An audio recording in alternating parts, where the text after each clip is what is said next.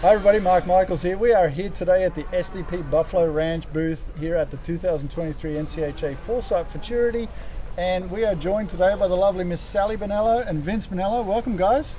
Thank you, Mark. Thanks, Mark. So here we are, another Futurity. Buffalo Ranch, synonymous with the Futurities over here for quite a few years now. You guys have been a big part of this show. Since 2006 or 7, I believe you were saying you've been bringing stallions or providing semen over here for the Buffalo Ranch? Correct. 2006 was the first shipment. Yeah. How did you get involved with Buffalo Ranch?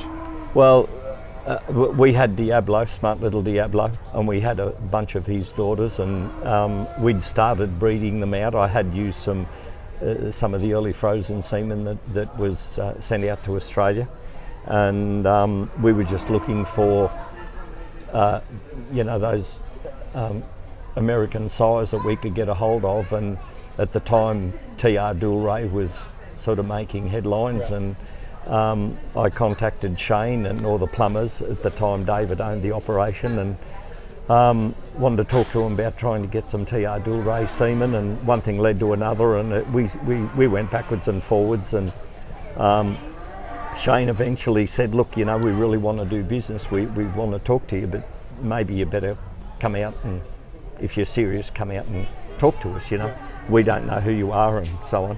So I hopped on a plane and went out. They had the ranch in Utah at the time, on the edge of Utah there. Yeah, Farmington. Yep.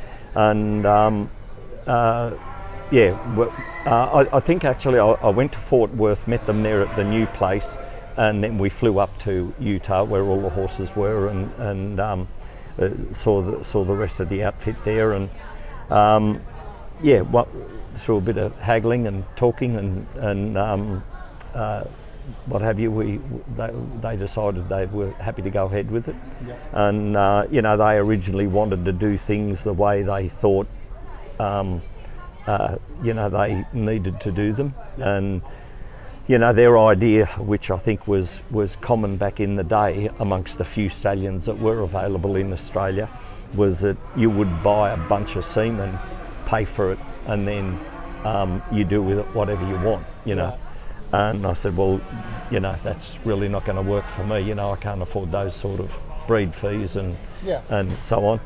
And I said, in Australia, the way I would like to do it is if you send the semen out, we set up an agency, and we get a commission out of it, and we sell what we can. But I said, how many mares you're going to breed is like how long's a piece of string. Right. Yeah. And anyway, they were pretty worldly in the horse game. They'd travelled the world. They were in the thoroughbred job, so they were a little more open to international trade, for a want of a better term. Yeah. And so we agreed on that, and it was the following year. That was 2005. I went over. The following year we got the first semen out here. We learned a lesson from that. The semen didn't get out here till November. We had a good bunch of mares booked to TR that year, but we lost half of them because the semen got out here late. Yeah. And from then we learnt that lesson, and it was the old story, when's your breeding season, when's ours, we do it from January 1, etc., etc. Yeah. And so they started working backwards, okay, you need your semen in September, the 1st of September, and we'll work backwards from there, the quarantine time, and all the rest of it. So, it's been pretty smooth since then, and Well, it's just, and Buffalo Ranch, we're kind of, they were on the front edge of bringing the stallion, providing the semen over here for the Australians to be able to access that American semen. Yeah. And really were the innovators in how that all started. Yeah. And since then, obviously, we've seen a lot more stallions come over here. But I think, one thing that I see with Buffalo Ranch is just the variety. The different kinds of stallions and the price points. It allows everybody to come in and get a piece of that American semen to be able to put that into their mares and and provide those bloodlines. And there's always we'll get as high caliber stallions as we can get, or as Shane can get. He handles all that side of it. And they're not all available to Australia, the ones that he stands. Some of the owners just don't want to be involved in it, and the others do. And some of them, they're not going to breed a hell of a lot of mares, but they offer an opportunity for people to diversify their bloodlines a little bit. And some of them, there's always a backstory to some horses for whatever. Like Sandman, he was an orphan. His mother, and he was a premie and had issues as a baby, and didn't get off to the normal Futurity program. And when he did, he showed his ability, and then Paul got on him, and the rest is history. And he's got the bloodlines to do it, and he's doing it. He's producing some good babies out there, and he's a metallic cat, and he's out of a great mare, and it's worth the exercise.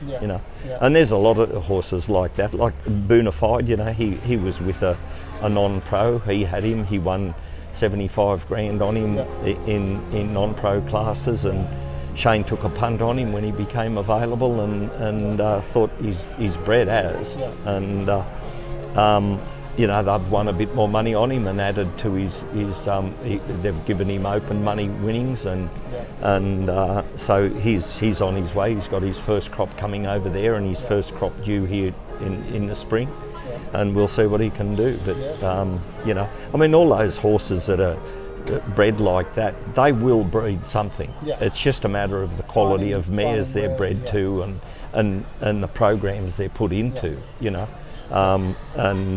And there's plenty of stallions that have proved it over here. That had injuries or different all sorts of stories behind them, that they didn't make the Futurity finals in Fort Worth and hit the big time. Exactly. Not that we don't look for those stallions to take punts on, but if they become available, they're worth trying, and if the owners of them want to try and get them out there and get an income on them and give them an opportunity.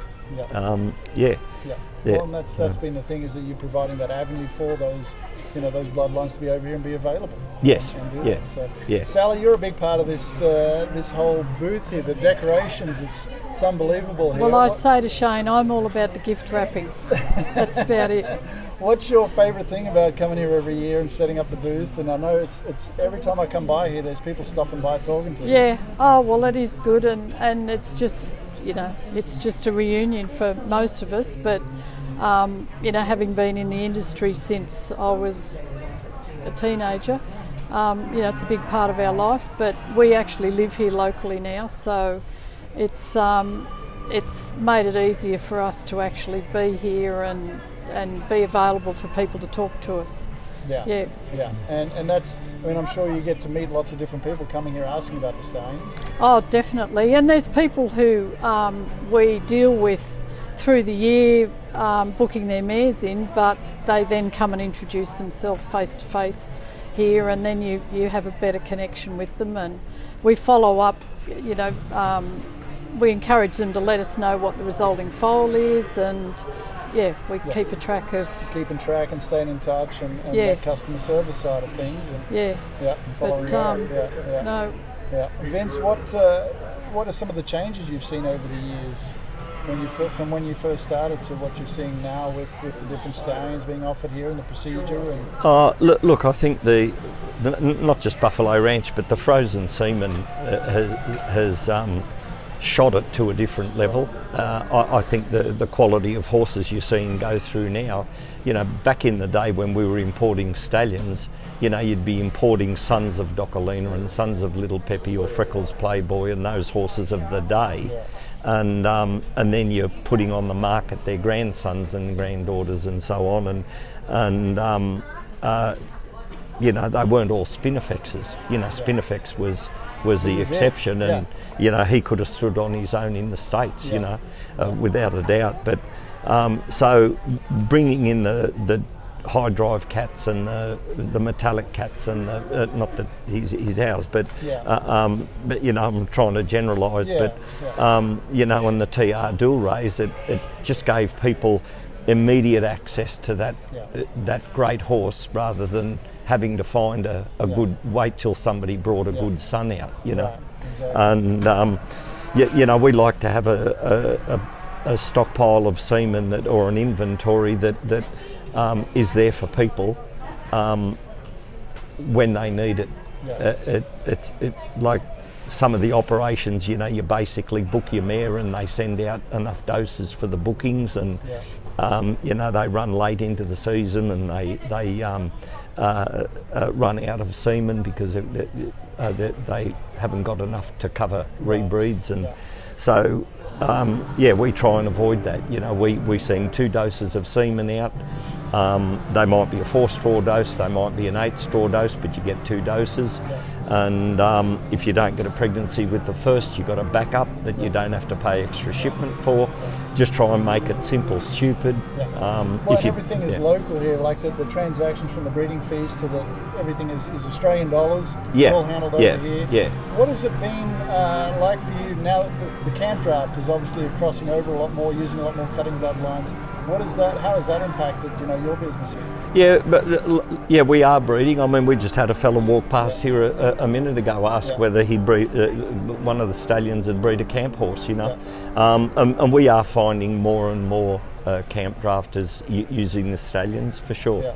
It's a slow process, you just got to chip away at it. But probably one of the questions people ask first is how tall are they? Because they're wanting that bit of extra size for the way the Australian market's going. No, that means a lot, obviously, with the direction they're going with them in the camp drafting and stuff. It's a little bit and different. Shane's aware of that, and actually I'm excited next week because he's never seen a draft, but there'll be one here next week, I'm going to kick him out of bed early. He's coming out here for the first time since before COVID. Bringing Gretchen. Gretchen's going to make her debut in the pen. I don't think she showed you before. No, she'd never been here. He has never brought his kids out. So that's going to be exciting. Everybody on their best behaviour. The boss is coming out. For sure. Well, that's great. Well, listen, I appreciate you guys taking the time. It's been great catching up with you while I've been over here. Likewise. And wish you all the best, and Thank you. Good luck with Shane next week and Gretchen. I'll be back in the States already, but we'll be watching online. Good one. Thank you very much. Thanks, Thank you. Thank you.